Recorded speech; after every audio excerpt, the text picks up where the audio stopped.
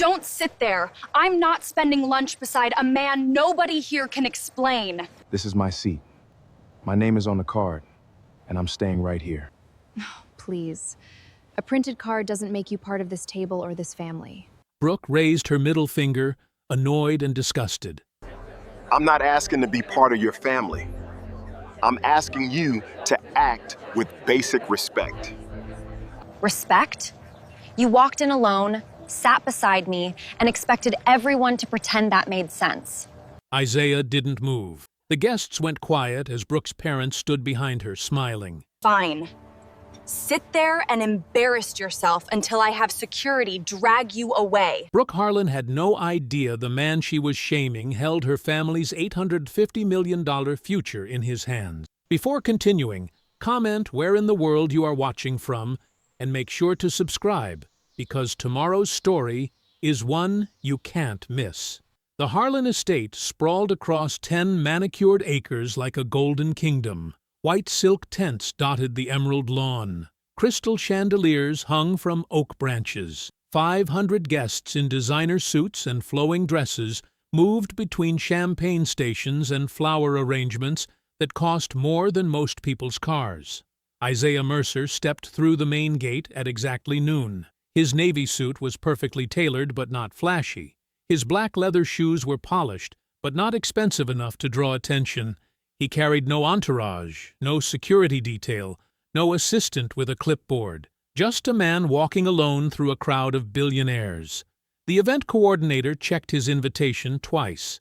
Her smile flickered when she saw his name, but she recovered quickly. Mr. Mercer, welcome to the Harlan Foundation's annual Harbor Renewal Celebration. Your table is right up front. She led him past tables of oil executives, tech moguls, and political donors, past waiters carrying silver trays of lobster rolls and imported wine, past security guards in black suits who watched every movement without seeming to notice anything at all.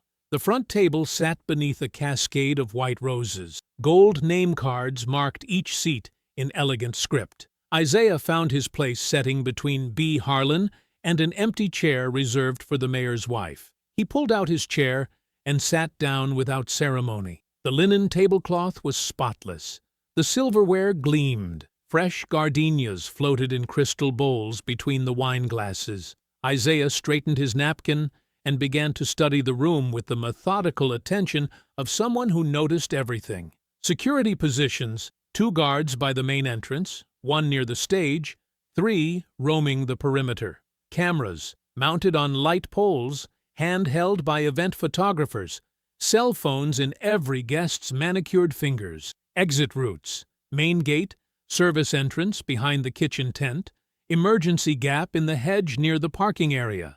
Across the garden, Conrad Harlan held court beneath the largest tent. The billionaire real estate magnate was 70 pounds heavier than his magazine photos suggested, but his silver hair and custom tuxedo made him look like old money royalty. He gestured widely as he spoke, his voice carrying over the string quartet. The Harbor Renewal Project represents everything our foundation stands for, Conrad announced to a circle of investors. Community partnership, economic opportunity, legacy development that honors both progress and tradition. Beside him, Renata Harlan nodded with practiced grace. Her champagne-colored dress probably cost more than a teacher's monthly salary, but she wore it like she was doing charity work just by being beautiful. Her smile never wavered as she touched arms, kissed cheeks, and whispered the kind of compliments that made donors feel special enough to write bigger checks. The guests laughed at Conrad's jokes. They applauded his vision. They raised their glasses when he toasted the bright future of Harlan Harbor. Isaiah watched it all without expression. He noted names, faces, relationships. He memorized who deferred to whom, who seemed nervous, who looked bored beneath their polite smiles. His mother had taught him that rich people's parties always revealed more than rich people intended. A flash of red caught his attention. Brooke Harlan emerged from the main house like she was walking down a runway. Her designer dress hugged every curve. Her blonde hair fell in perfect waves over her bare shoulders. Diamond earrings caught the sunlight as she moved through the crowd, accepting compliments and air kisses like they were her natural right. She headed straight for the front table, her heels clicking against the stone pathway. Her smile was magazine perfect until she saw Isaiah sitting in the chair beside hers. The smile vanished. Her blue eyes narrowed as she looked him up and down, taking in his dark skin, his quiet demeanor, his lack of obvious wealth. She stopped 3 feet from the table and stared at him like he was a stain on her perfect afternoon. "Excuse me?" Her voice was loud enough to turn heads at nearby tables. "Why is that man sitting at my table?" The event coordinator hurried over, her face flushed with embarrassment. "Miss Harlan, this is Mr. Isaiah Mercer. His invitation specifically requested—" "I don't care what his invitation says." Brooke's voice rose higher.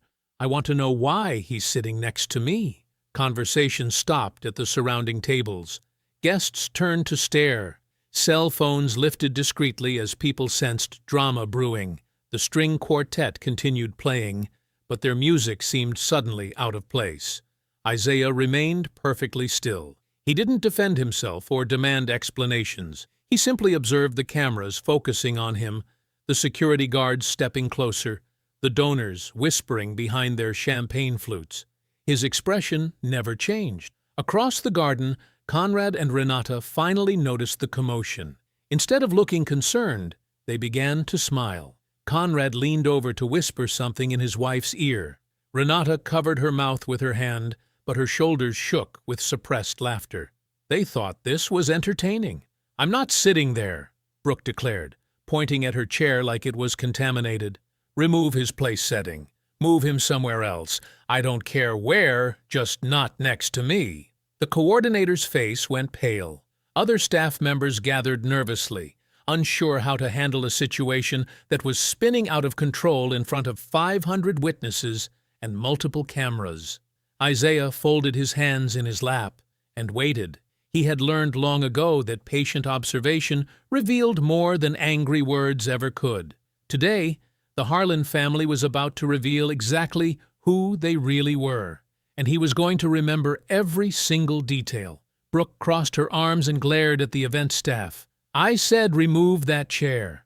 Now, before lunch starts, I want him gone from my table."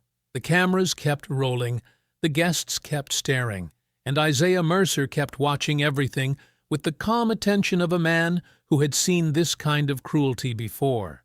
The garden fell silent except for the soft clink of champagne glasses and the distant hum of catering staff. 500 guests turned their attention toward the front table where Brooke Harlan stood like a queen delivering judgment. Her red dress blazed against the white flowers and gold chairs, making her the undeniable center of attention. She loved every second of it.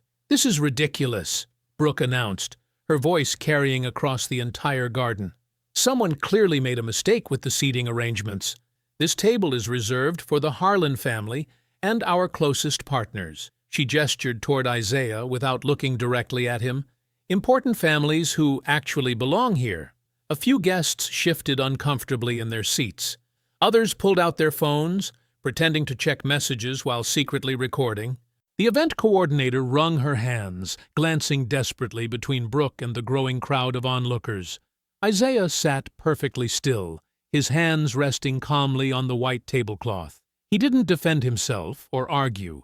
He simply watched Brooke perform for her audience, noting how she fed off their attention like fuel. "I mean, honestly," Brooke continued, her voice dripping with theatrical disbelief. "Did security even check his invitation? Or did he just wander in here hoping no one would notice?" She laughed, a sharp sound that cut through the garden's elegance. Maybe he thought if he dressed up nice enough, he could sneak into a real charity event. Several wealthy guests chuckled nervously. They looked around at each other, unsure whether this was acceptable behavior or a social disaster they should distance themselves from. But none of them stood up for Isaiah. None of them questioned Brooke's cruelty.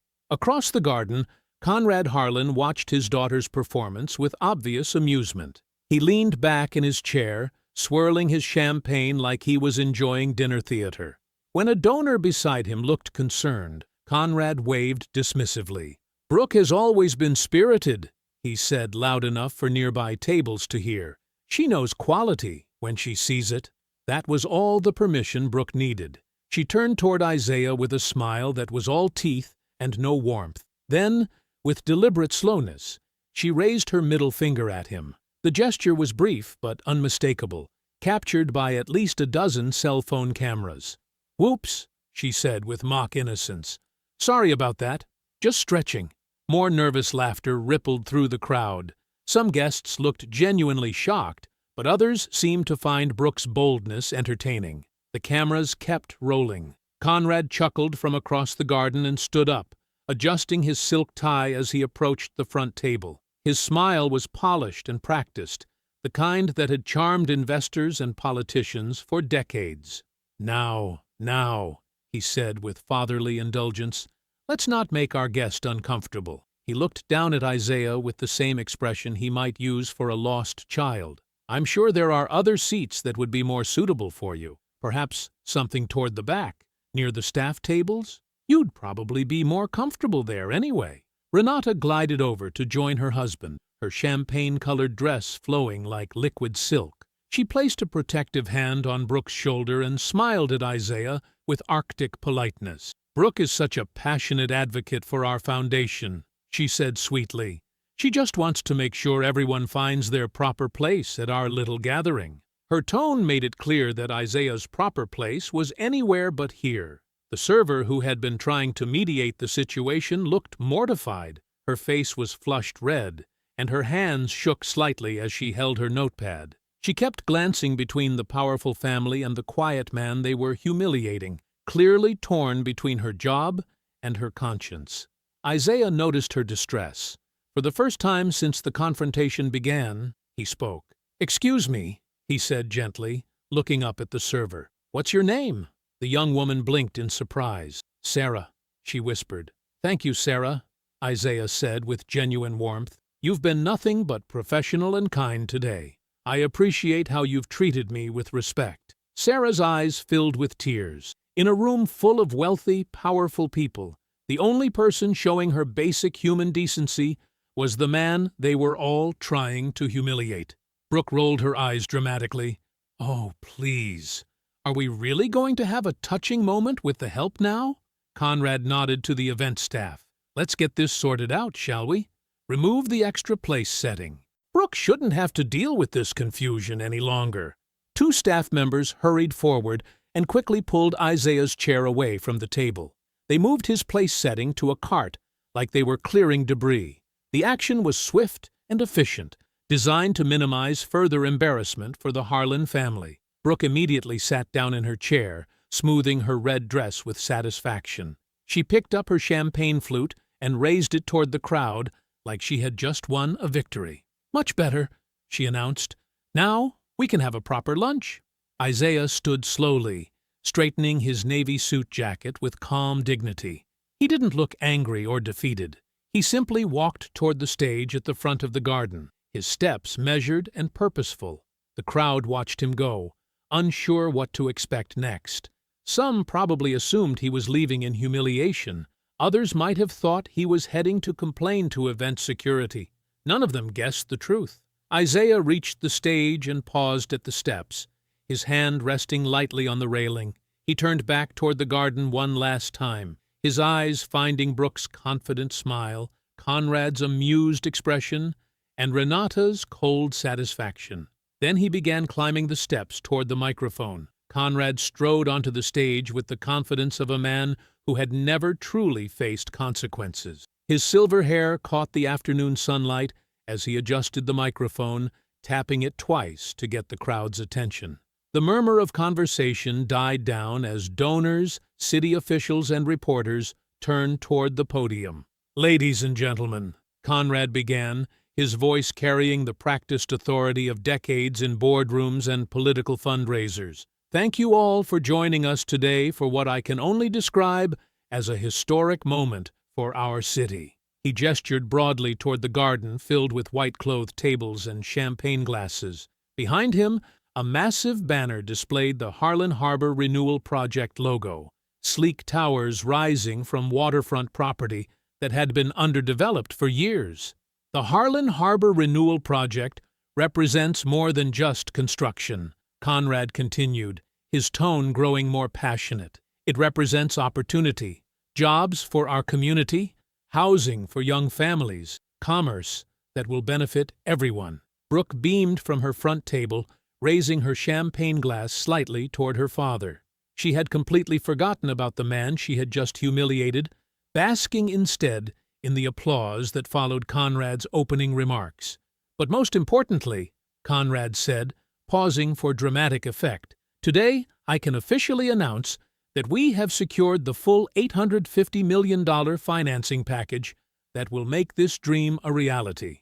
The crowd erupted in enthusiastic applause. Cameras flashed as reporters scribbled notes. City council members nodded approvingly. Several major donors stood up to clap, their faces bright with the satisfaction of backing a winning project. Conrad raised his hand to quiet the celebration. This financing represents not just an investment in buildings and infrastructure, but an investment in integrity, in partnership, in the kind of legacy we want to leave for future generations. Renata dabbed at her eyes with a silk handkerchief, playing the role of the proud wife to perfection.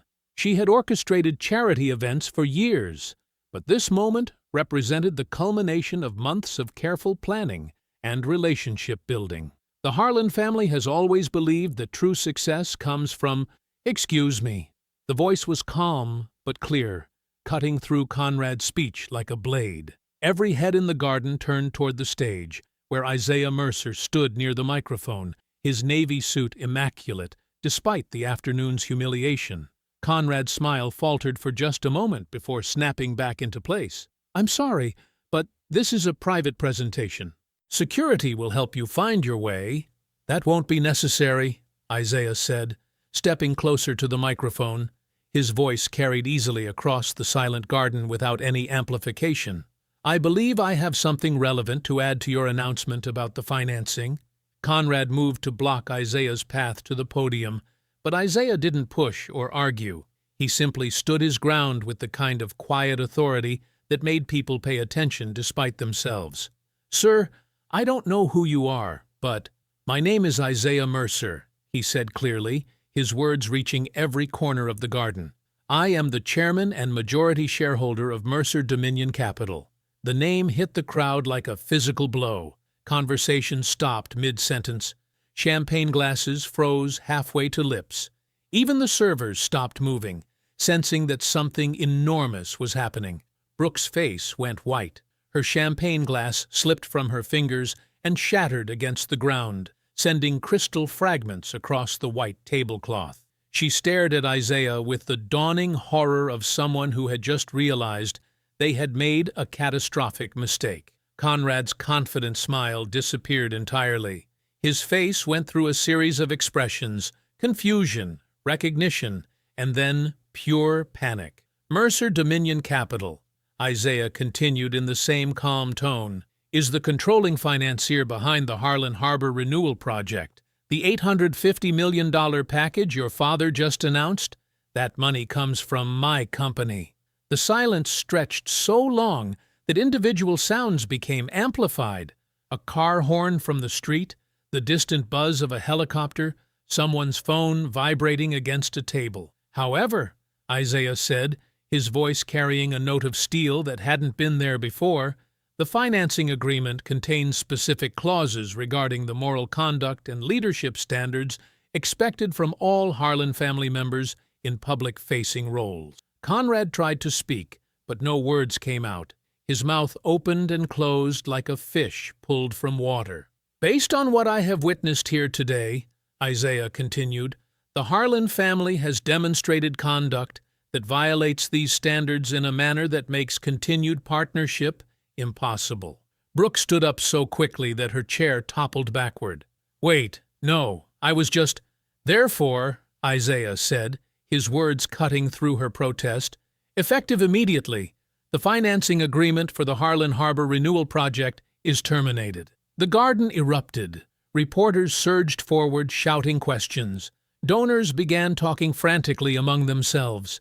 City officials looked around in confusion, trying to understand what had just happened to a project they had been publicly supporting for months. Conrad's phone began ringing, then another phone at his table, then a third.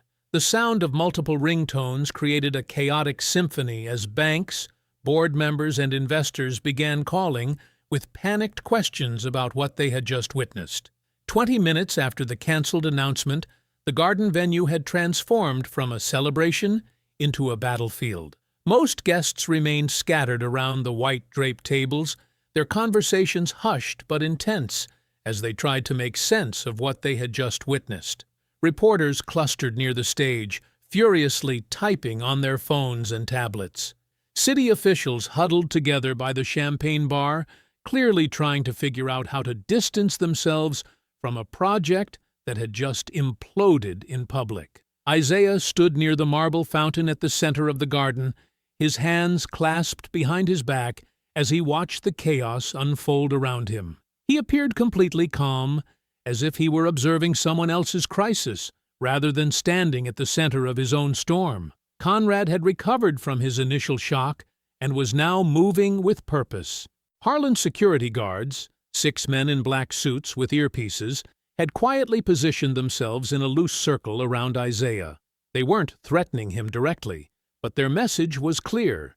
He wasn't leaving until the Harlans said he could leave. "You think you're clever," Conrad said, striding up to Isaiah with his face red from anger and embarrassment. "You think you can waltz into my event, humiliate my family, and destroy a legitimate business deal without consequences?" Isaiah turned to face him with the same measured expression he had maintained all afternoon.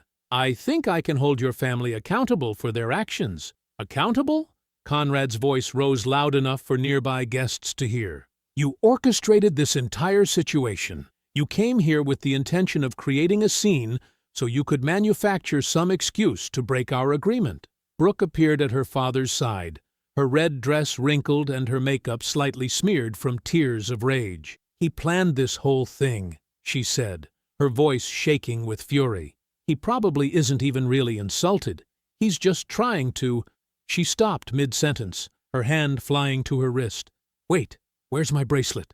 She looked down at her bare wrist with theatrical shock, then began scanning the ground around her feet. "My diamond bracelet is gone, the one grandmother left me. It was right here on my wrist during the luncheon." Renata rushed over, her face a mask of concerned motherly worry. "Sweetheart, are you certain? Maybe it fell off somewhere else?" "No, I had it when that man was sitting next to me," Brooke said, pointing directly at Isaiah. "It's a family heirloom, worth more than most people make in a year." One of the security guards, a tall man with a shaved head and cold eyes, stepped forward. "Mr. Harlan, we should check the area where the gentleman was seated earlier." Conrad nodded grimly. "Do it." The guard walked over to where Isaiah's chair had been removed from the Harlan family table. He bent down, appearing to search carefully through the grass and around the table legs. After a moment, he straightened up with something glinting in his palm. "Found it," he announced, holding up an elaborate diamond bracelet that caught the afternoon sunlight. "It was right here, tucked under the edge of the tablecloth near where his coat was hanging." Renata gasped audibly, pressing her hand to her chest in a gesture of shock that was perfectly timed for the cameras still recording nearby. "Oh my goodness, how could it have ended up there?" Several guests turned to stare at Isaiah, their expressions shifting from curiosity to suspicion. Whispered conversations rippled through the crowd as people began drawing their own conclusions about what they thought they were witnessing. Conrad stepped closer to Isaiah, his voice dropping to a dangerous whisper that still carried to the watching crowd. "So now we add theft to your list of crimes. You stage a public humiliation, cancel a legitimate business deal, and steal from my daughter, all in one afternoon." Isaiah looked at the bracelet in the guard's hand, then at Conrad's face, then at the crowd of wealthy donors who were now watching him with growing hostility. His expression never changed. "Interesting timing," he said quietly. "The timing is evidence," Conrad shot back. "You created a distraction with your little speech, so you could pocket something valuable. Classic con man behavior. Brooke stepped forward, tears now flowing freely down her cheeks, though whether from genuine distress or calculated performance was impossible to tell. That bracelet belonged to my great-grandmother. It's irreplaceable. How could you do something so cruel? The crowd's mood was shifting rapidly. What had begun as sympathy for Isaiah after Brooke's initial rudeness was now transforming into suspicion and disapproval. Several guests shook their heads in disgust. A few began moving away from Isaiah as if his presence might contaminate them. Conrad sensed the change in atmosphere and pressed his advantage. Ladies and gentlemen, what you've witnessed here today is not a principled stand against injustice. It's an elaborate extortion scheme. This man came to our event with the specific intention of manufacturing a crisis so he could break a legal contract and damage my family's reputation. He turned back to Isaiah with a look of righteous anger. But you made one crucial mistake. You got greedy. Canceling the deal wasn't enough for you. You had to steal something too. And that theft, witnessed by dozens of people and captured on multiple cameras, proves that everything else was premeditated fraud. Isaiah remained perfectly still as Conrad's accusations washed over him. He didn't deny anything. He didn't defend himself. He simply watched and listened as if he were taking notes on a fascinating but ultimately predictable performance. My lawyers will be filing charges first thing tomorrow morning, Conrad continued. Theft, fraud, breach of contract, and intentional interference with business relationships. Mercer Dominion Capital will be sued for every penny it's worth, and you personally will face criminal prosecution. The security guards shifted slightly closer, not quite touching Isaiah, but making it clear that any attempt to leave would be physically prevented. The photographers and reporters pressed forward, sensing that the story was far from over. Isaiah looked directly at the event photographer, a young woman with short blonde hair who had been documenting the entire afternoon. I hope you haven't deleted any of the footage from today.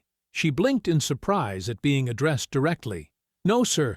Everything's still on my cameras. Good. Please don't delete anything. And make sure you have backup copies stored in multiple locations. Conrad laughed harshly. Planning to destroy evidence now? That's another crime to add to the list.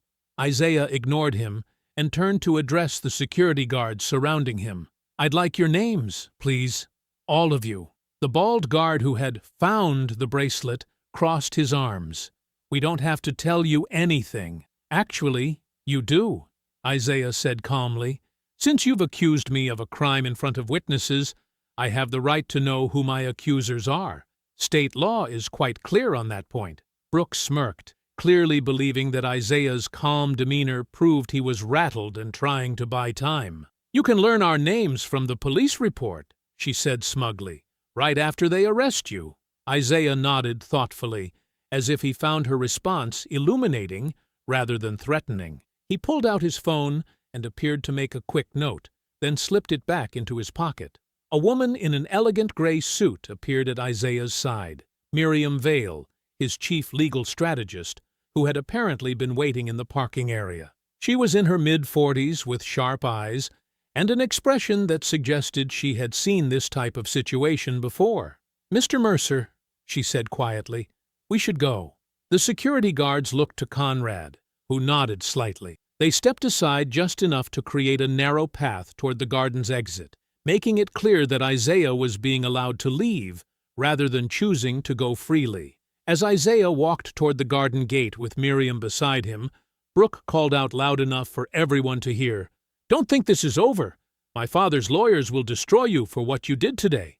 Isaiah paused at the gate and turned back to look at the Harlan family, Conrad red-faced and triumphant, Renata elegant and coldly satisfied, Brooke practically glowing with vindictive pleasure. The crowd of wealthy guests watched him with a mixture of suspicion and disdain, clearly convinced they had just witnessed a con man being exposed and humiliated. "Miriam," Isaiah said quietly as they walked through the gate toward their car, "the Harlans just made their first provable mistake." That evening, Isaiah sat in the temporary command office he'd rented on the 32nd floor of a downtown high-rise. The floor-to-ceiling windows looked out over the city lights, but his attention was focused on the 3 large monitors displaying legal documents, news feeds, and security footage from the afternoon's events.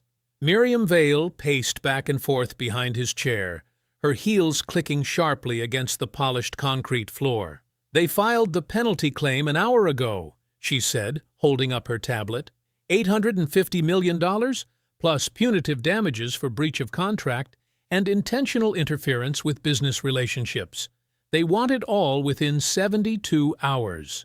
Roland Pierce, Isaiah's private investigator, sat at the conference table sorting through printed photographs and handwritten notes. He was a compact man in his early 50s with the kind of steady presence that came from years as a federal field agent. "The emergency filing gives us 3 days to prove legal justification for the cancellation," he said, without looking up from his work. "After that, arbitration gets messy."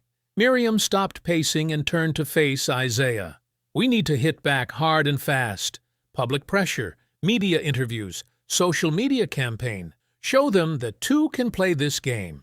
Isaiah didn't look away from the monitors. "No, Isaiah, they're destroying your reputation while we sit here analyzing footage. Conrad's already got his people on 3 different news channels calling you a bitter opportunist who staged this whole thing for revenge. Let them talk." Miriam slammed her hand on the table. "This isn't the time for patience. They're painting you as unstable, vindictive, and desperate." Brooke posted a 20-minute video on Instagram calling herself the victim of public intimidation. It's got 500,000 views already. Isaiah finally turned in his chair to look at her. His expression was calm, but his voice carried quiet steel. "Miriam, I've been investigating financial crimes for 15 years. The moment you start reacting emotionally, you lose control of the evidence. The moment you lose control of the evidence, you lose the case." Roland nodded in agreement. "He's right. The Harlans want us angry and sloppy. They want us making accusations we can't prove." Isaiah stood up and walked to a whiteboard mounted on the opposite wall. He picked up a black marker and began writing in neat block letters. "Here's what we do. First, preserve every piece of footage from today. Event photographer, security cameras, guest cell phones, everything. Chain of custody matters." He wrote "witness identification" below the first item. "Second, get names and contact information for everyone who saw the bracelet accusation. Staff, guests, security guards. Interview them before the Harlans' lawyers get to them." Miriam watched him work, her anger slowly giving way to professional focus. "What about the foundation records?" "Third priority," Isaiah said, adding it to the list. "Brooks' charity claims to help disadvantaged youth. If there's fraud there, it supports the morality clause argument." He paused, marker hovering over the whiteboard. "Roland, what did you find about the bracelet?" Roland flipped through his photographs until he found what he was looking for. "This is interesting. Look at this sequence." He spread 3 photos across the table. Photo 1, Brooke wearing the diamond bracelet at 2:15 p.m., clearly visible on her left wrist. Photo 2, same bracelet at 2:45, 30 minutes later. Isaiah and Miriam leaned in to examine the images more closely. Photo 3, Roland continued, taken at 3:05 p.m., 5 minutes before the accusation. No bracelet visible on either wrist. Miriam frowned. "So when did it come off? That's where it gets interesting." Roland pulled up a video file on his laptop. Security footage from the east side of the garden. Watch the timestamp, 2:58 p.m. The grainy black and white footage showed the area near the dessert table where several security guards were stationed. Isaiah watched carefully as one of the guards, the same bald man who had later found the bracelet, approached Brooke and appeared to speak with her briefly. "He's not searching for anything," Isaiah observed. "He's coordinating with her." "Gets better," Roland said. Same guard, 3 minutes later. He fast-forwarded the footage. "Watch his hands." On screen, the guard could be seen handling something small and glittery before walking toward the area where Isaiah's coat was hanging. Miriam whistled softly. "They planted it."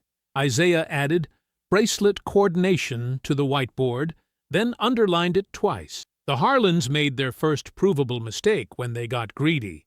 The insult and the contract cancellation were emotional, but framing me for theft? That's criminal conspiracy. His phone buzzed. The caller ID showed unknown number. Isaiah answered on the third ring. Mercer. The voice on the other end was elderly, female, and nervous. Mr. Mercer, my name is Grace Whitcomb. I used to work for the Harlan family. I think you need to know some things about your mother. The diner smelled like burnt coffee and old grease.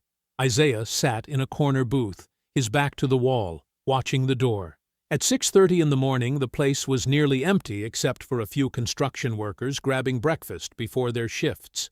Grace Whitcomb walked in exactly on time. She was smaller than he'd expected, maybe 5'4", with silver hair pulled back in a tight bun. Her hands shook slightly as she slid into the booth across from him. "Thank you for meeting me," she said quietly. "I wasn't sure you'd come." Isaiah poured her a cup of coffee from the pot the waitress had left on the table. "You mentioned my mother." Grace wrapped her fingers around the warm mug. "Althea was a good woman, honest. That's why they destroyed her." She looked up at him with tired eyes. "And why they'll try to destroy you, too. Tell me about the foundation." Grace glanced around the diner before continuing. "Brooks Charity is just the pretty face they show the world. Clean fundraisers, beautiful websites, smiling photographs with children. But underneath?" She shook her head. "It's rotten all the way down." Isaiah pulled out a small recording device and set it on the table between them. "Do you mind?" Grace nodded her consent. "The real money never goes to the kids. It moves through consulting firms, travel expenses, event planning companies, all owned by Renata's friends or shell companies Conrad controls. What about the scholarship recipients? Most of them don't exist. The ones that do get a few $100s and a nice photograph for the website. Meanwhile, Renata spends $50,000 on a single gala dinner." Grace's voice grew bitter. "And the children who really need help? The ones from families Conrad's projects displaced? Their applications get rejected automatically." Isaiah felt something cold settle in his stomach. Displaced families? Harlan Harbor wasn't empty land, Mr. Mercer. 43 families lived there. Working families, most of them black, some Hispanic. Conrad promised them relocation assistance, temporary housing, help with deposits for new places. Grace pulled a folded piece of paper from her purse. Instead, he had the city condemn their homes as structurally unsafe and evict them with 30 days' notice. Isaiah studied the paper. It was a copy of a city notice dated 2 years earlier. Where did these families go? Shelters, relatives' couches. Some left town entirely. Grace's hands tightened around her coffee cup. A grandmother named Ruth Bellamy wrote letters to the foundation for months, begging for help. Her grandson was supposed to start college. Good grades, clean record, everything. The foundation sent back a form letter saying his application didn't meet their standards. Roland had been listening quietly from the next booth over, pretending to read a newspaper. Now he leaned forward slightly, still maintaining his cover but clearly focused on every word. "Ruth still has the letters?" Isaiah asked. "All of them, and photographs of the old neighborhood, and the eviction notices." Grace's voice dropped to a whisper. "But that's not the worst part, Mr. Mercer. The foundation is just covering something much bigger, something that goes back 30 years to when your mother worked for Conrad's father." Isaiah set down his coffee cup. What did she find? Grace looked directly into his eyes. The original crime, the one that built everything they own. The First Baptist Church of Oak Hills sat on a quiet corner, its red brick walls worn smooth by decades of rain and wind. Grace led Isaiah through a side entrance, past empty Sunday school rooms, and into a basement that smelled of old paper and dust. "I volunteered here for 20 years after I retired," Grace explained, pulling a chain to turn on a bare bulb hanging from the ceiling. "The pastor let me use this space to organize historical documents, church records, neighborhood histories, old business papers people donated instead of throwing away." She walked to a metal filing cabinet in the corner and pulled out a thick manila folder. "Your mother's employment records. I saved copies of everything before the Harlans could destroy them all." Isaiah took the folder with steady hands, though his heart was racing.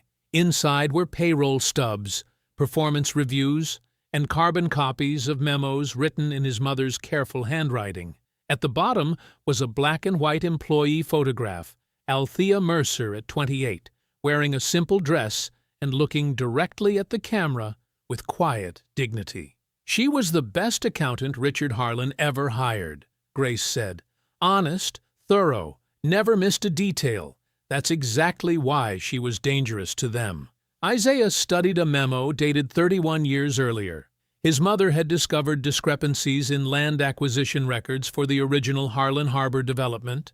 Families had been paid far below market value for their properties, sometimes with forged signatures on transfer documents. The Pinewood District, Grace continued, 47 black families owned small homes and businesses there. Your mother found evidence that Conrad's father used intimidation, fake legal threats, and outright fraud to force them out for pennies on the dollar. Isaiah's jaw tightened as he read his mother's careful notes documenting each irregularity. Property values deliberately underassessed, transfer dates that didn't match notary stamps, bank deposits that never reached the original owners. She brought this to Richard Harlan directly, Grace said, told him she had a legal obligation to report the fraud to the state. He promised her he'd make it right, investigate personally, hold people accountable. But he didn't.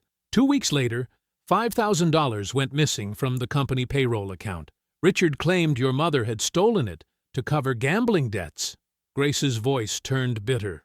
Gambling debts she never had. The man barely drank coffee, let alone gambled. Isaiah felt his mother's integrity burning through every page of documentation. Performance reviews calling her exceptionally reliable and morally uncompromising. Commendation letters for catching other employees' mistakes and saving the company money. They destroyed her reputation completely, Grace continued, made sure no other accounting firm in the state would hire her. She ended up cleaning offices at night just to feed you. Isaiah closed the folder carefully, his hands completely steady despite the rage building in his chest. Where are the original ledgers? Grace reached into her coat pocket and pulled out an old brass key. Storage unit on Maple Street. Building's been abandoned for 10 years, but the basement stays dry. I hid the real evidence there before Richard could have it all burned. She placed the key in Isaiah's palm. Your mother died, believing the world thought she was a thief, but you have the power to change that now. Isaiah looked down at his mother's photograph one more time. Althea Mercer stared back at him with the same quiet strength he'd inherited, the same refusal to be broken that had carried him through decades of building toward this moment. I promise you, Grace, he said quietly, slipping the photograph into his jacket pocket next to his heart. Before this is over, everyone will know my mother's real name. The Harlan Grand Hotel's executive dining room sat on the 15th floor, wrapped in floor-to-ceiling windows that overlooked the city's glittering lights. Conrad had reserved the entire space for their private meeting, ensuring no other guests could witness their conversation. Crystal chandeliers cast warm light over polished mahogany tables, but the elegance felt cold and calculated. Isaiah arrived precisely on time, dressed in a charcoal suit and silver cufflinks that matched his watch. He noted the single security guard posted outside the dining room doors and the fact that no hotel staff remained inside once their meals were served. Conrad rose from his chair with practiced charm, extending his hand as if they were old friends. Isaiah, thank you for coming. I thought it was time we talked like reasonable businessmen. Reasonable men don't usually require sealed rooms, Isaiah replied, shaking Conrad's hand briefly before taking his seat across the table. The first course arrived without conversation, seared scallops on bone china plates that probably cost more than most people's monthly salary. Conrad cut into his food with careful precision, his movements as calculated as his words. I want to apologize for my daughter's behavior, Conrad began, his voice smooth and diplomatic. Brooke is young, impulsive. She doesn't understand how the real world works yet. Isaiah said nothing, simply watching Conrad's face for the tells that came with practiced lies, the slight tightening around the eyes, the pause before speaking, the way his left hand stayed perfectly still while his right gestured. "I'm prepared to offer you a substantial private settlement," Conrad continued. $15 million, paid immediately, in exchange for restoring our financing agreement, plus a personal apology from Brooke, written and delivered however you prefer. And in return, a simple non-disclosure agreement. What happened at the garden event stays between us. No public statements, no media interviews, no legal actions based on personal grievances. Isaiah cut a piece of his scallop and chewed slowly, letting the silence stretch. Conrad's confidence began to show cracks around the edges. "That's a generous offer," Isaiah finally said, "for a simple insult between strangers." Conrad's smile tightened. "I believe in solving problems efficiently." "What problems are those exactly?" "Look, Isaiah." Conrad's voice lost some of its diplomatic polish. "You canceled an $850 million deal because a 23-year-old girl hurt your feelings. That's not business. That's personal." Isaiah leaned back slightly, his expression unchanged. "You seem to know quite a bit about my motivations." "I know enough." Conrad's mask began slipping entirely. "I know you've been asking questions about my family's history, digging through old records, bothering retired employees." "Which employees?" Conrad caught himself, realizing he'd revealed more than intended. "It doesn't matter. The past is the past, Isaiah. Ancient history has no place in modern business." "Ancient history?" Isaiah repeated thoughtfully. "Like employment records from 31 years ago?" Conrad's fork paused halfway to his mouth. "I don't know what you're talking about." "Of course you do. You just mentioned that I was digging through old records. Which specific records concerned you enough to monitor my activities?" The dining room fell completely silent except for the distant hum of traffic 15 floors below. Conrad set down his fork and stared directly at Isaiah, all pretense of friendliness gone. "Let me be very clear," Conrad said, his voice turning ice-cold. "If you don't restore our deal and sign that non-disclosure agreement, I will destroy you. I'll have your business licenses challenged in every state where you operate. I'll make sure every bank in the country questions your integrity. And I'll make absolutely sure that every newspaper in America knows the real story about your thieving mother." Isaiah's expression never changed, but his right hand moved slightly, adjusting his cufflink to ensure optimal recording position. Under his state's consent laws, he could legally record any conversation he was part of. "Tell me about my mother's real story," Isaiah said quietly. "Althea Mercer was a criminal who stole company money to cover her gambling debts.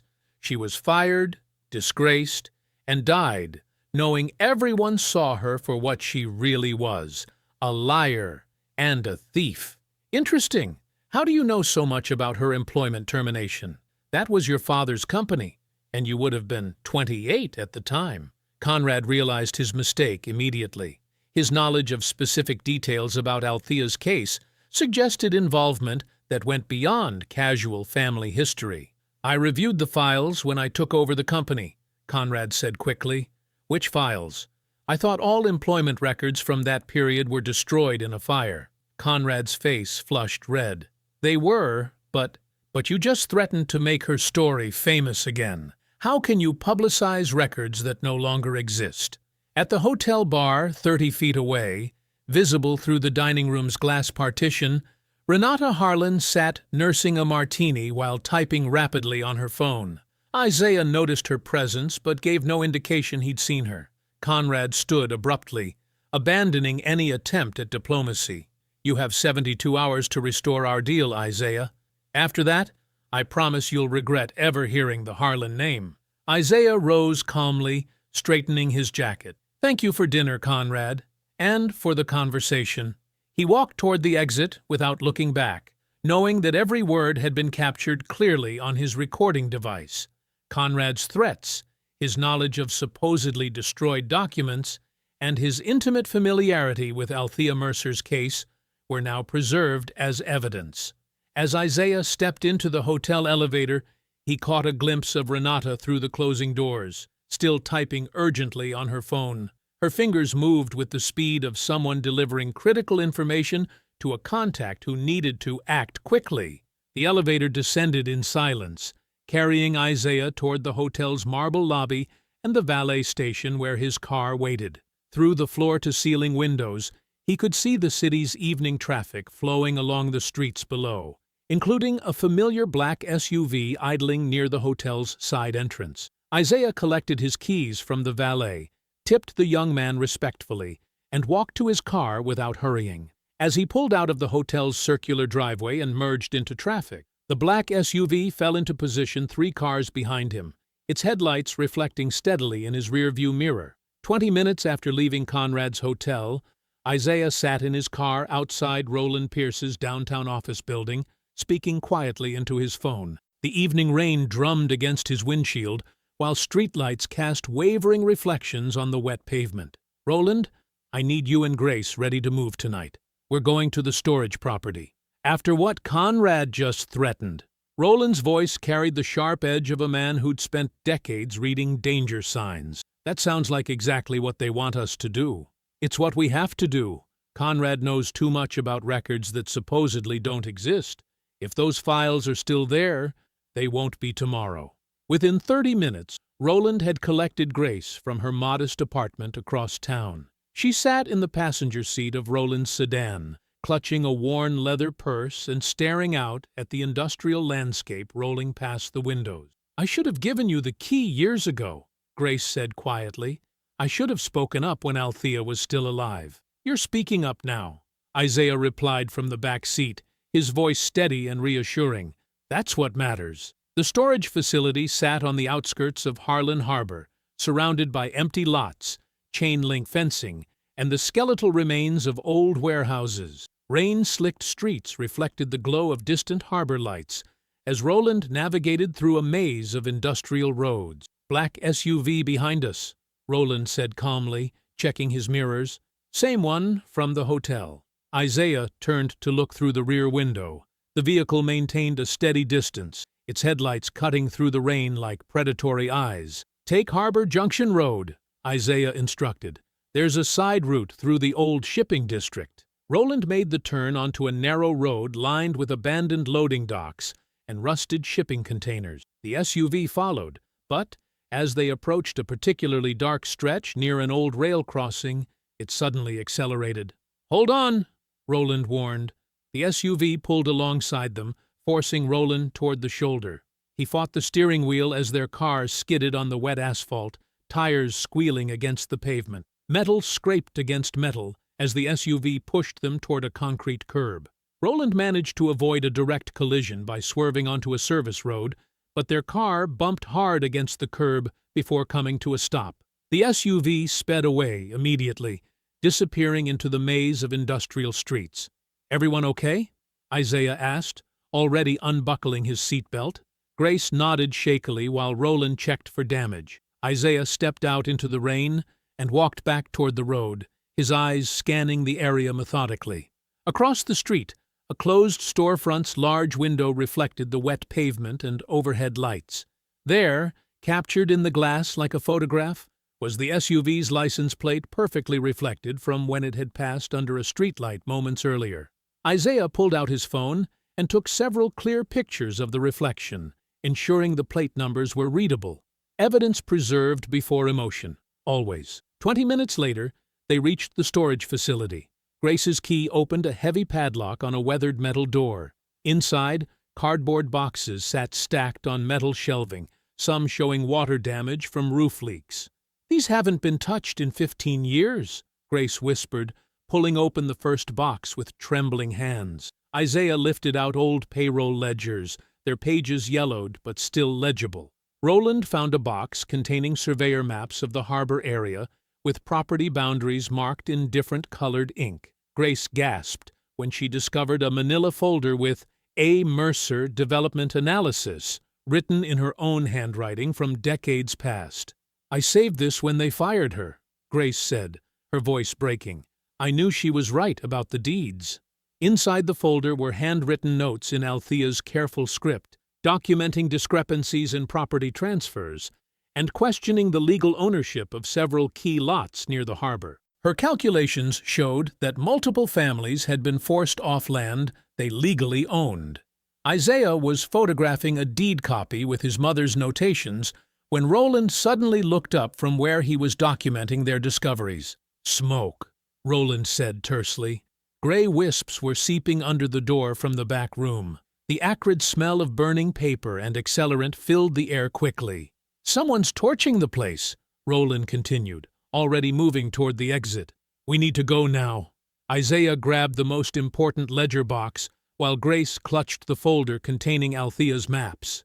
Roland pulled out his phone to record the fire's progression, capturing evidence of deliberate destruction. Smoke thickened rapidly as they moved toward the door. Through the growing haze, Isaiah could see flames beginning to lick at the back wall where additional records were stored. They emerged into the rain-soaked night, Isaiah carrying the heavy box of documents while Roland continued filming, and Grace pressed Althea's marked map against her chest like a shield against the past. Behind them, orange light began flickering in the storage building's windows as the fire spread through decades of buried secrets. The morning sun cast long shadows across the command office as Isaiah's team spread the salvaged records across every available table. Water-damaged ledgers lay open beside modern laptops. Grace sat carefully turning brittle pages, while Roland enhanced digital photographs on multiple monitors. "The deed transfers show a clear pattern," Miriam said, pointing to a series of documents. "Conrad's father systematically pressured families to sell below market value, then flipped the properties to developers at massive profits." Isaiah studied his mother's handwritten notes in the margins of a 1987 property survey. Althea's careful script documented meeting dates, phone calls, and promises made to displaced families that were never kept. "She knew exactly what they were doing," Isaiah said quietly. "Every calculation, every discrepancy, every lie." Grace looked up from a box of correspondence. "Your mother kept copies of everything. She was building a case before they destroyed her." The office phone rang. Miriam answered, then covered the receiver with her hand. "It's Silas Drove," she whispered. "He says he needs to meet immediately." Isaiah nodded. Within an hour, Silas sat across from Miriam in a downtown coffee shop, his hands shaking as he slid a flash drive across the table. "I can't do this anymore," Silas said, his voice barely above a whisper. Conrad used Brooks' Foundation accounts to move money while he prepared the company for bankruptcy. He thought the charity status would protect the transfers from creditor review. Miriam examined the drive. "What's on here? Bank records, wire transfers, shell company formations, everything showing how Conrad funneled development funds through the Harlan Foundation while claiming the company was financially stable for your deal." Silas wiped sweat from his forehead despite the air conditioning. "There's more. The bracelet incident at the charity event? Conrad ordered security to plant it near Isaiah's coat. He wanted grounds to claim Isaiah was unstable and vindictive. You're willing to testify to all of this? Miriam asked. In court, under oath, I have copies of everything stored safely. Silas stood to leave, but we need to move fast. Conrad suspects I'm talking to someone. Back at the command office, excitement filled the air as Miriam shared Silas's information. Roland had successfully enhanced the security footage showing the bracelet being planted. Grace had organized testimony from 3 families whose scholarship applications were rejected by Brooks Foundation, despite meeting all published criteria. We can file for emergency arbitration this afternoon, Miriam said. With Silas's testimony and these records, we can prove fraud, retaliation, and breach of contract. The Harlan's penalty claim won't survive 20 minutes of cross-examination. Isaiah walked to the window overlooking the city. For the first time in weeks, the weight on his shoulders felt lighter. He pulled out his wallet and removed a small photograph of his mother taken at her college graduation. Her proud smile looked back at him. Tomorrow, they'll have to say your name correctly, he whispered to the photograph. That afternoon, the courthouse buzzed with activity as lawyers filed into the emergency arbitration hearing.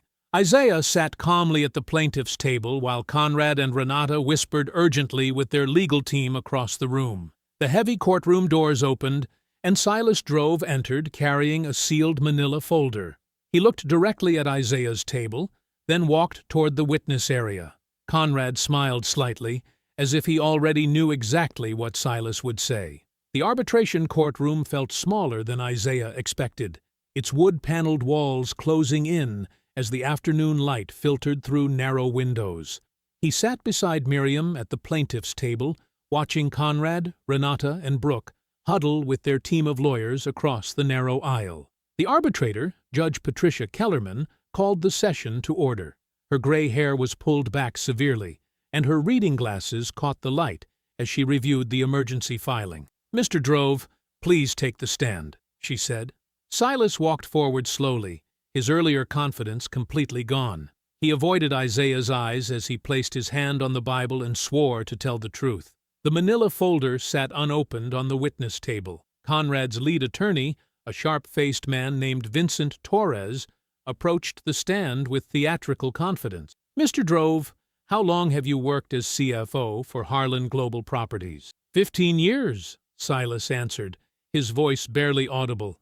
"And during that time, have you ever been pressured by outside parties to falsify company records?" Silas's hands trembled as he reached for his water glass. "Yes, recently." Isaiah felt Miriam stiffen beside him. This wasn't the testimony they'd prepared for. "Can you tell the court who pressured you?" Silas finally looked across the room, his eyes meeting Isaiah's for just a moment. Isaiah Mercer and his team. They demanded I create false documents showing financial irregularities at Harlan Global. When I refused, they threatened to destroy my career. The courtroom erupted in whispers. Miriam shot to her feet. "Objection! This testimony contradicts Mr. Drove's sworn statement to my office yesterday." Judge Kellerman banged her gavel.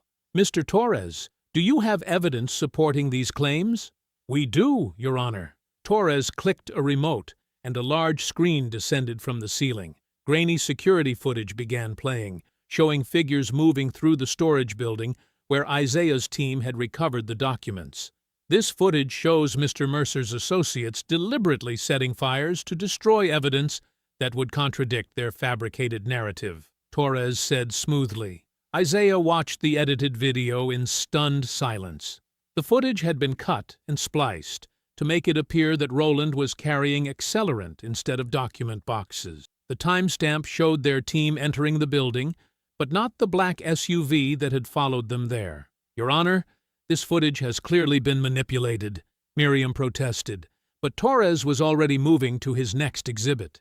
"We also have documentation showing the original accusations against Mr. Mercer's mother were thoroughly investigated and substantiated," Torres continued. Through the courtroom's glass doors, Isaiah could see Renata Harlan speaking to a cluster of reporters in the hallway. She held up a thick file folder, her elegant voice carrying just loudly enough for the microphones to catch her words about family theft and generational fraud. Judge Kellerman studied the documents Torres had submitted.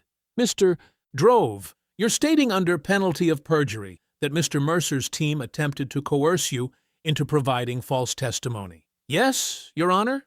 They said if I didn't cooperate, they would make sure I was charged as an accessory to whatever crimes they claimed my company had committed." Brooke leaned forward in her seat, close enough for Isaiah to hear her whispered words. "Should have stayed in the back row where you belonged, just like your lying mother."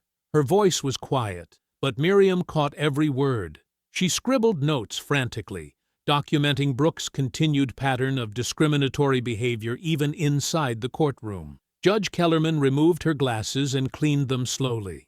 "Given these serious allegations of evidence tampering and witness intimidation, I'm issuing a temporary restraining order, preventing the plaintiff from publicly using any documents recovered from the storage facility until their authenticity can be independently verified." "Your Honor, we object in the strongest terms," Miriam said, standing again. "Our client has been the victim of a coordinated campaign of—" "My ruling stands," Judge Kellerman said firmly. "This hearing is adjourned pending forensic analysis of the disputed evidence." The gavel's bang echoed through the courtroom like a gunshot. Conrad stood and shook hands with his legal team, his satisfied smile visible to everyone in the room. Renata continued her impromptu press conference in the hallway, holding up photographs of Althea Mercer's original personnel file. Isaiah remained seated as the courtroom emptied around him. The weight of his mother's reputation being destroyed a second time settled on his shoulders like a lead blanket. "They've just lied under oath in federal arbitration," he said quietly to Miriam, as cameras flashed through the courtroom windows. Every word Silas spoke was perjury. Every piece of evidence Torres submitted was falsified. Outside, hostile voices called his name as reporters pushed microphones toward his face. Isaiah walked through the crowd without speaking, but his mind was already working 3 steps ahead. The Harlans had won this round, but they'd also just handed him the rope to hang them with. The evening air felt thick with defeat as Isaiah's car pulled into the gravel parking lot behind St. Matthew's Episcopal Church. The old brick building stood dark against the night sky, its stained glass windows reflecting the streetlights like fractured jewels. Grace sat in the passenger seat, her weathered hands clutching a small brass key. "I never told you everything," Grace said quietly as they walked toward the church's side entrance. "About what your mother found, about where I really hid the most important pieces." Miriam followed close behind, her briefcase heavy with copies of the day's devastating testimony. "Grace, if there's something else, we need to know now. The forensic review could take months, and by then, Conrad will have destroyed everything that matters," Grace finished. She inserted the key into the church's heavy wooden door. "That's exactly what I was afraid of 30 years ago." The church's interior smelled of old wood and candle wax. Grace led them past rows of empty pews toward the altar, her footsteps echoing in the sacred silence. Behind the communion rail, she knelt beside a section of worn wooden flooring that looked identical to the rest. "Your mother knew Conrad would come looking," Grace said, running her fingers along the floorboards until she found a nearly invisible seam. "So we created 2 hiding places. The storage building was meant to be found eventually. This was meant to last forever." She pried up a loose board with the edge of the brass key. Beneath it lay a metal box wrapped in oiled cloth, small enough to fit in 2 hands, but heavy with the weight of hidden truth. "Althea had me witness these documents before she was fired," Grace continued, lifting the box carefully. "She made me promise that if anything happened to her, I would keep them safe for her son.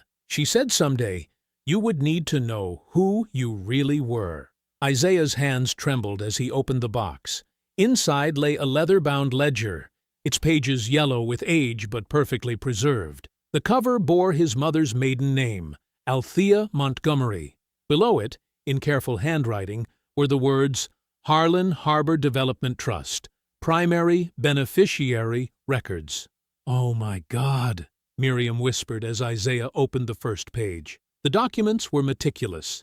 Notarized land deeds, transfer records bearing official state seals, survey maps showing property boundaries, and at the center of it all, a trust agreement dated 15 years before Conrad Harlan's first harbor development project. "The land was never theirs," Isaiah said, his voice barely above a whisper. "The original families created a development trust before they lost their homes. My mother wasn't just an accountant.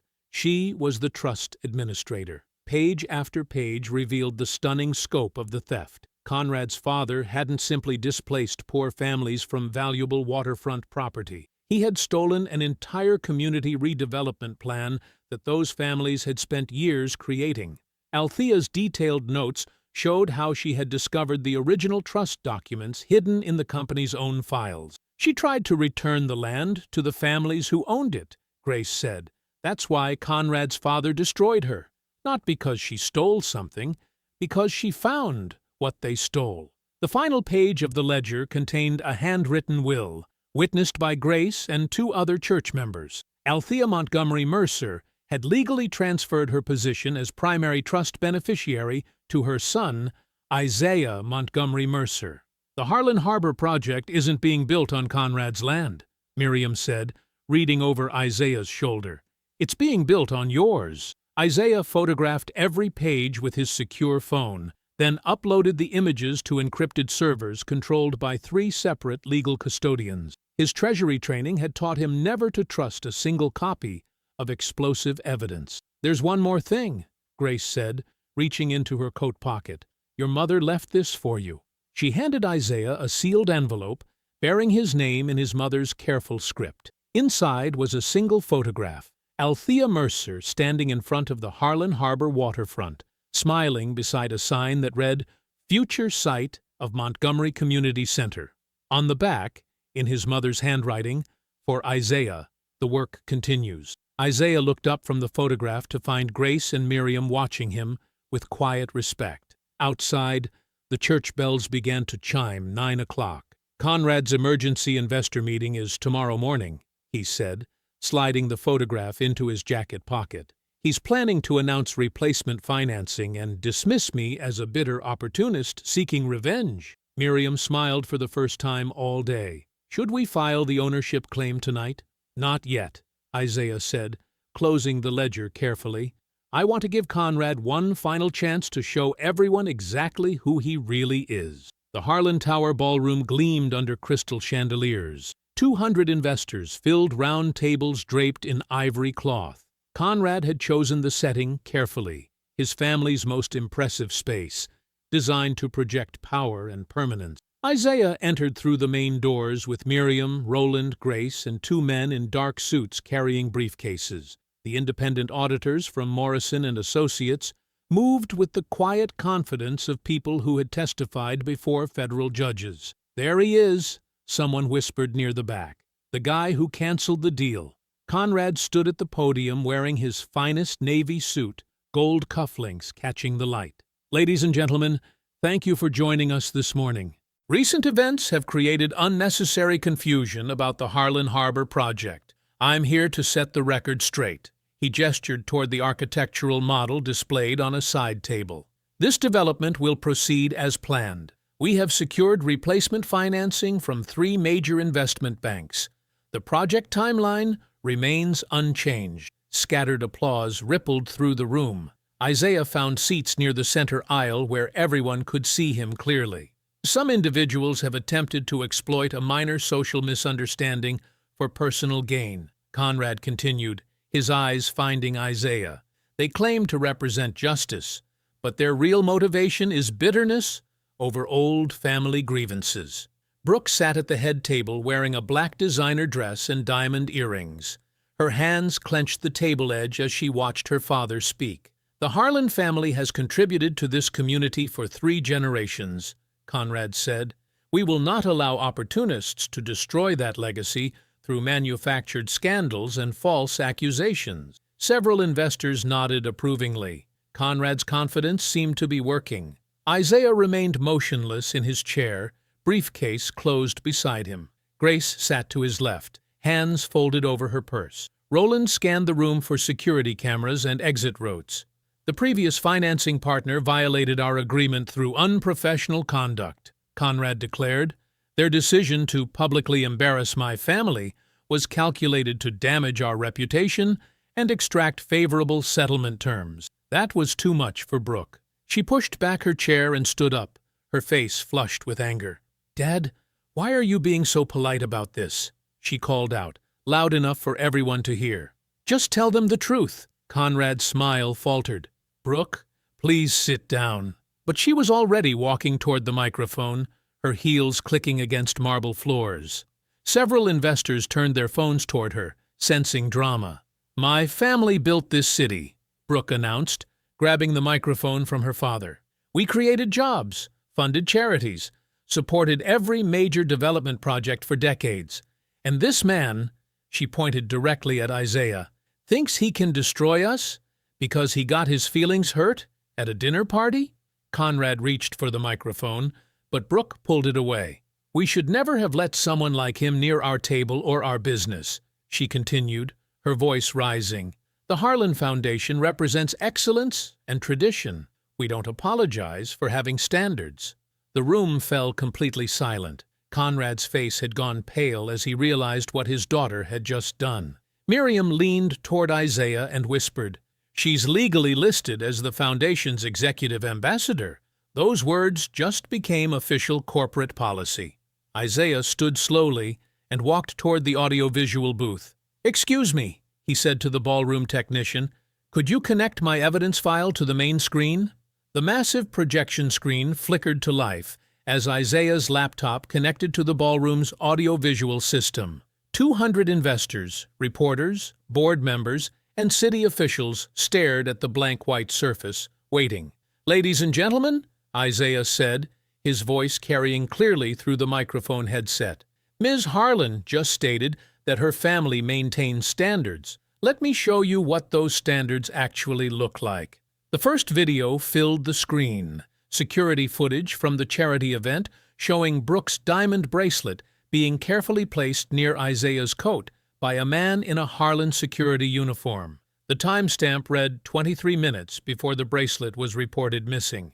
Gasps echoed through the ballroom. Brooke's mouth fell open as she watched herself on camera, pointing toward Isaiah while the security guard planted evidence behind him. This footage was recovered from the venue's backup server, Isaiah explained. "Notice the coordination between the accusation and the placement." The screen switched to audio waveforms as Conrad's recorded voice filled the room. Reputations can be buried, licenses can be challenged, and old family stories can be rewritten. You should remember that your mother's name was Mud once before. Conrad gripped the podium, his knuckles white. Several board members exchanged alarmed glances. "That recording was made during our private dinner 3 nights ago," Isaiah continued. "Mr. Harlan threatened to destroy my business licenses and falsify my mother's historical record if I didn't withdraw my financing cancellation." The projection changed to bank transfer records showing money flowing from Harlan Foundation accounts into consulting firms owned by Renata's social circle. Highlighted amounts showed scholarship funds being redirected to event planning and administrative fees. The Harlan Foundation collected donations for disadvantaged youth scholarships, Isaiah said. 87% of those funds never reached students. Instead, they paid for galas, consultant fees, and personal expenses. Roland stepped forward with a manila folder. "We also have the SUV license plate from the vehicle that forced Mr. Mercer's car off the road near the storage facility. The registration traces to Harlan Global's private security contractor." Murmurs of shock rippled through the crowd. Several investors began gathering their papers and purses, but Isaiah wasn't finished. The screen displayed a yellowed church archive ledger beside modern architectural blueprints. "This is the community redevelopment model created by Althea Mercer in 1987, he announced. "Notice the harbor zoning proposal, mixed-income housing design, and waterfront public access requirements." The screen split to show Conrad's father's signature on development approval documents dated 6 months later, documents containing identical language and design specifications. "Althea Mercer didn't steal from the Harlans," Isaiah said, his voice cutting through the stunned silence. "The Harlans stole her life's work. They used her model to build their fortune, then destroyed her reputation to cover the theft." The ballroom doors opened as 3 people in dark suits entered, followed by uniformed officers. The lead investigator held up official documentation. "State Financial Crimes Unit," she announced. "We have seizure orders for all Harlan Foundation accounts and corporate records." Phones began buzzing throughout the room as bank representatives received emergency calls. The replacement financing Conrad had promised was being frozen in real time. Board member Harrison Webb stood up, his face grim. "Conrad Harlan, by emergency resolution of the Harlan Global Properties Board of Directors, you are hereby removed as chairman, effective immediately." Brooke screamed at her parents, her voice shrill with panic. "You said this wouldn't happen. You promised you'd protect me. Daddy, fix this. Fix this right now." Renata stared at the screen displaying her frozen foundation accounts, her elegant composure finally cracking. 1 week later, Isaiah stood at the podium of the rebuilt Harlan Harbor Community Hall, looking out at faces that had waited decades for this moment. The room buzzed with quiet anticipation as displaced families, elderly residents, young students, Reporters and city leaders filled every chair. The first change was visible immediately. Where brass letters once spelled Harlan Harbor Renewal Project, a simple wooden sign now read Althea Mercer Community Trust. No gold trim, no corporate logos, just honest wood and clean paint. The Harlan name has been permanently removed from this project, Isaiah announced, his voice steady and clear. Conrad and Renata Harlan are facing federal fraud charges and civil restitution claims totaling $47 million. Their foundation assets remain frozen during the investigation. Scattered applause rippled through the room. Ruth Bellamy nodded from the third row, her weathered hands folded in her lap. Brooke Harlan has been stripped of all executive ambassador roles and banned from serving on any charitable board in this state for 10 years, Isaiah continued. Her social media platforms have been suspended pending the discrimination lawsuit. A reporter raised her hand. What about the original $850 million financing deal? Isaiah's expression didn't change. That deal will never be restored to the Harlan family. Instead, those funds are being redirected through the Althea Mercer Community Trust to serve the people this project was always meant to help. He gestured to architectural displays around the room showing affordable senior housing, small business incubation spaces, and a real scholarship center with transparent funding records. Silas Drove has agreed to full cooperation with investigators in exchange for reduced charges, Isaiah added. His testimony is helping prosecutors trace additional hidden assets that will fund victim restitution. Grace Whitcomb stood slowly, carrying a covered frame toward the front of the room. Her hands trembled slightly, but her voice was strong. Althea Mercer was a brilliant woman who believed communities could be rebuilt without pushing out the families who lived there first, Grace said. She drew these plans with love, not greed. She deserves to see her work finally completed. Grace pulled away the cloth, revealing a professional portrait of Althea Mercer in her 30s, wearing a navy blazer and holding architectural blueprints. Her eyes were kind but determined, much like her son's. The room fell silent as Grace mounted the portrait on the wall behind the head table. Althea's face would oversee every community meeting, every scholarship award, every family celebration held in this hall. Ruth Bellamy's grandson, Marcus, stepped forward with an official envelope. His grandmother had told him to dress nice today, but she hadn't explained why. "Marcus Bellamy," Isaiah called out, "you have been selected as the first recipient of the Althea Mercer Memorial Scholarship. Full tuition, books, and living expenses for 4 years of college." The young man's hands shook as he opened the letter. Ruth began crying quietly. 30 years of waiting, finally over. Isaiah walked to the head table where 2 chairs sat waiting. He took the seat on the right, leaving the chair on the left empty. That seat belonged to his mother, the woman the Harlans tried to erase, but could never truly defeat. Her name was on the building now. Her portrait watched over the room. Her son had won the war she started. The empty chair remained, and always would.